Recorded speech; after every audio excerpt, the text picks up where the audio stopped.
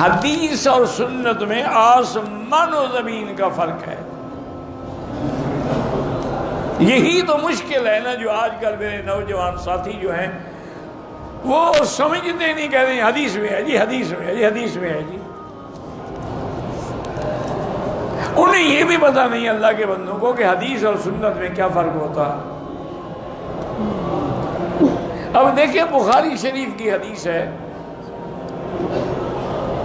حضور صلی اللہ علیہ وسلم تشریف لائے ایک ایسے مقام پہ جہاں کوڑا کرکٹ ڈالتے تھے، اس کا ڈھیر بنا ہوا تھا، سباتۃ قوم۔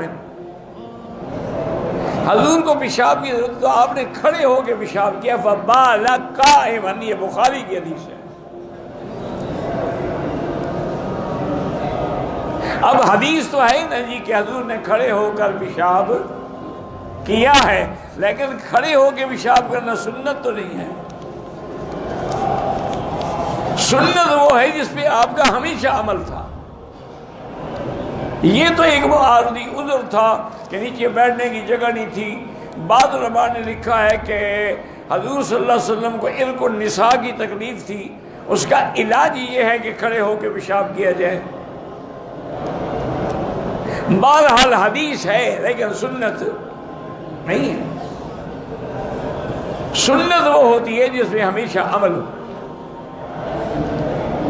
حضرت عبداللہ ابن زبیر تشریف لائے اپنی خالہ کی خدمت میں، بی بی عائشہ کے پاس۔ انہوں نے پوچھا کہ اماں جان، امہات المومنین، آج کل صحابہ میں اس مسئلے میں اختلاف ہے کہ وضو کرنے کے بعد اگر آدمی اپنی بیوی کو بھی ہاتھ لگا لے تو وضو ٹوٹ جاتا ہے۔ بعض صحابہ کہتے ہیں نہیں ٹوٹتا ہے۔ تو اب اس مسئلے کا حل تو آپ ہی بتا سکتی ہیں، کیا کبھی ایسا ہوا ہے کہ حضور پاک نے وضو کے بعد آپ کو ہاتھ لگایا ہو؟ تو بی بی عائشہ نے فرمایا ہاں بیٹے، حضور پاک کبھی کبھی وضو کے بعد کان یقبل بعض نسائہ، کبھی کبھی آپ کسی اپنی بیوی کو بوسہ بھی دیتے تھے، پھر وضو نہیں کرتے تھے۔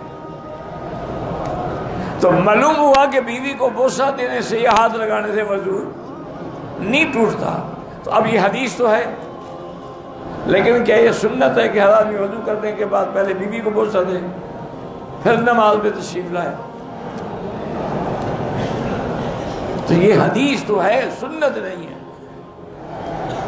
حضور ہمیشہ ایسا نہیں کرتے تھے۔